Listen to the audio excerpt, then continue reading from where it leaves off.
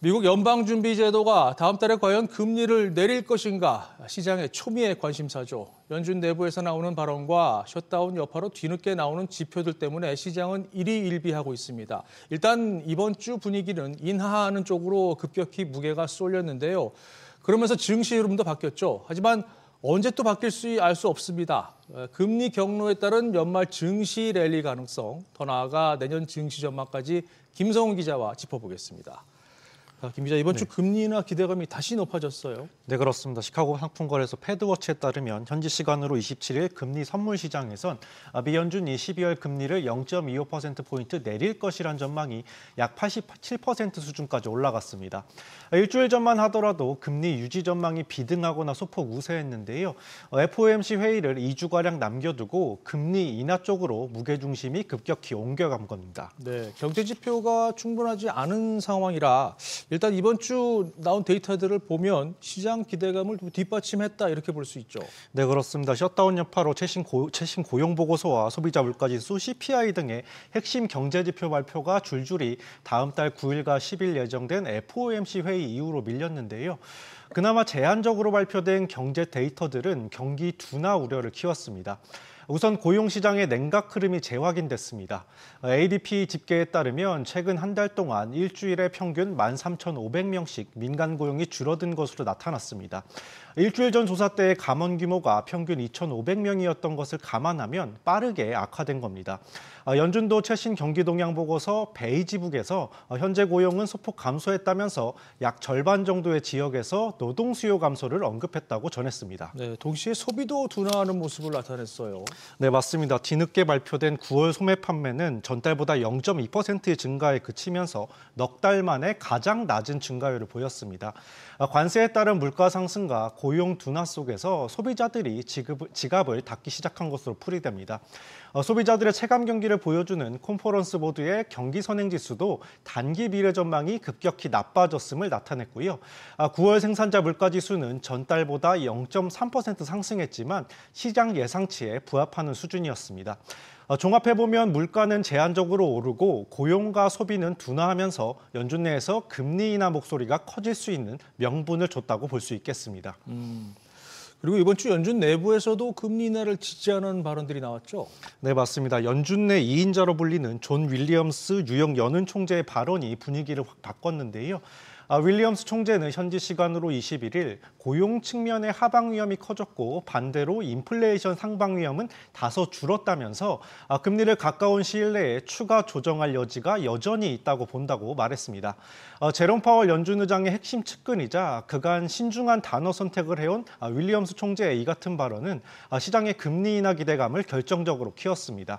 여기에 파월 의장과 줄곧 비슷한 메시지를 던져온 메리 데일리 샌프란시스코 연은 총재도 노동시장의 취약성을 이유로 금리 인하를 지지하는 취지의 발언을 했습니다. 그리고 트럼프 대통령의 최측근이죠. 스티븐 마이런 이사도 실업률이 계속 올라가고 있다는 점을 인식해야 한다면서 또다시 큰 폭의 금리 인하를 주장했습니다. 네, 그리고 여기에 차기 연준 의장과 관련한 소식이 나오면서 이 시장의 믿음이 더 커진 것 같습니다. 네, 그렇습니다. 블룸버그 통신은 차기 연준 의장 후보로 케빈 헤셋 백악관 국가경제위원회 위원장이 유력하게 거론되고 있다고 전했습니다. 트럼프 대통령의 최종 결정이 최대 변수로 남아있긴 합니다만 월가에선 트럼프 대통령의 경제참모인 헤셋 위원장이 차기 연준 의장으로 지명될 경우에는 추가 금리 인하 등 확장적 통화정책 기조가 강화될 것으로 기대하고 있습니다. 스콧 베센트 미 재무장관은 차기 연준 의장 후보가 크리스마스 이전에 발표될 가능성이 있다고도 말했는데요. 금리 인하를 두고 트럼프 대통령과 날을 세워온 파월 의장의 임기가 내년 5월까지인데 조기 후임자 지명이 이뤄지면 파월 의장의 연준 내 입지도 상당히 좁아지고 영향력도 축소될 전망입니다. 그렇군요. 분위기가 이렇다 보니까 증시 흐름도 긍정적으로 바뀌었어요. 네, 맞습니다. 연말 조정 장세 전망은 수그러들고 상승 기대감이 커지고 있습니다. 12월 금리 전망을 유지해서 인하로 바꾼 JP모건은 내년 말 기준 S&P 500 지수의 목표치는 7,500이 기본 시나리오이고 또 8,000선을 넘을 수도 있다고 전망했습니다. 다만 내년 초비 연준이 기준금리를 추가로 2차례 더 인하한 뒤에 유지 국면에 들어간다는 전제가 깔려 있다고 설명했습니다. 도이체방크 역시 내년 지수 상단을 8,000선으로 제시했는데요.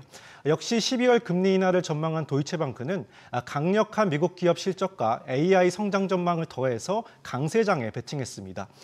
이 밖에 모건 스탠리는 7,800, CFRA와 HSBC도 각각 7,400과 7,500을 전망했습니다. UBS는 금리 인하 기대감이 다시 높아지면서 조정 장세가 조기에 마무리되고 추가 상승 여력이 있다고 판단해서 당장 올 연말에 7,000선에 근접할 것으로 내다보기도 했습니다. 다만 BNP 파리바 자산운용은 AI 거품론에 대한 경계심과 연준의 결정에 남은 불확실성을 거론하면서 전형적인 크리스마스 랠리가 일어날 것으로 예상하지 않는다는 분석을 내놓기도 했습니다. 네. 지금 정리해 주신 부분 보면 역시 기대는 기대일 뿐이고 결국 FOMC 회의 결과가 나온 뒤에야 뭔가 좀 더 확실해질 텐데 FOMC 회의 전망은 어떻게 나오고 있습니까? 네, 금리 결정만큼이나 파월 의장의 발언이 중요합니다. 시장에선 파월 의장이 향후 금리 경로와 관련해 어떤 힌트를 줄지에 주목하고 있는데요. 연준의 비공식 대변인으로 불리는 월스트리트저널의 닉 티미라우스 기자는 최근 발표된 지표들이 파월 의장과 그 동맹들이 FOMC에서 여러 반대에도 금리 인하를 추진할 수 있는 토대를 마련했다고 평가했는데요. 그러면서 파월 의장이 시장 예상대로 금리를 인하하되 추가 인하에는 신중한 메시지를 던지는 매파적 인하 발언 가능성을 예상했습니다. 이렇게 되면 시장의 내년 장밋빛 전망도 꺾일 수 있습니다. 일단 시장은 다음 주 5일에 예정된 9월 개인 소비 지출 PCE 가격 지수 발표를 기다리고 있는데요. 셧다운 여파에 따른 지연 발표로 시차가 생기기는 했지만 연준이 핵심 물가 지표로 참고하는 지표인 만큼 시장의 12월 금리 전망에 좀 더 명확성을 더해줄 것으로 보입니다. 알겠습니다. 지켜봐야 되겠군요. 김성훈 기자 잘 들었습니다.